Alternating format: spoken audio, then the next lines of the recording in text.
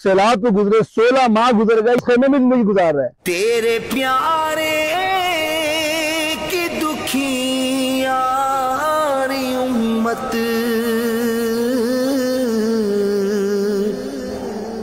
पर है सैलाब की आई आफत।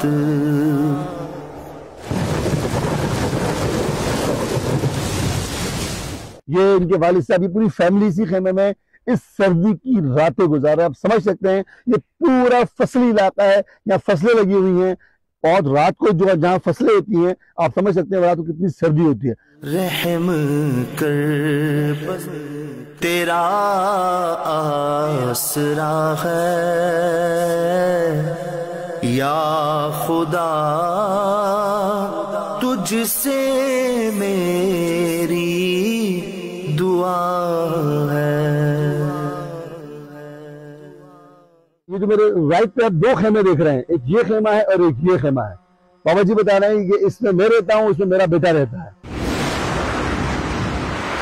इस इलाके में जब सैलाब आया तो यहाँ पर कमोबेश 7 से 8 फुट पानी था और ये दरख्त, मुझे बताया कि इस दरख्त में बता रहे यहाँ तक पानी था और यानी कि बंदा जब पानी यहाँ से अंदर आता था तो पाँव जमीन पर नहीं लग रहे थे, पानी ही पानी था। और कुछ लोग तो दरख्त के ऊपर चढ़कर बैठ गए थे और अपनी जानों को बचाया था।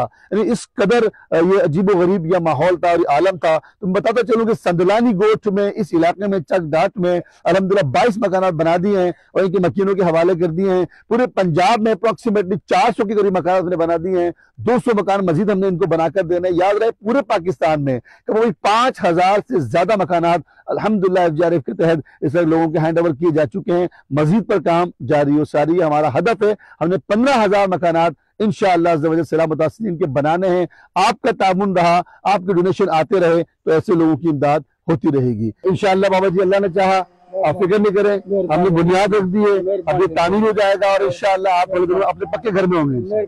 आपके दिए हुए डोनेशन हमारे पास एक अमानत है जो उसके हकदार तक पहुंचाना हमारी जिम्मेदारी है।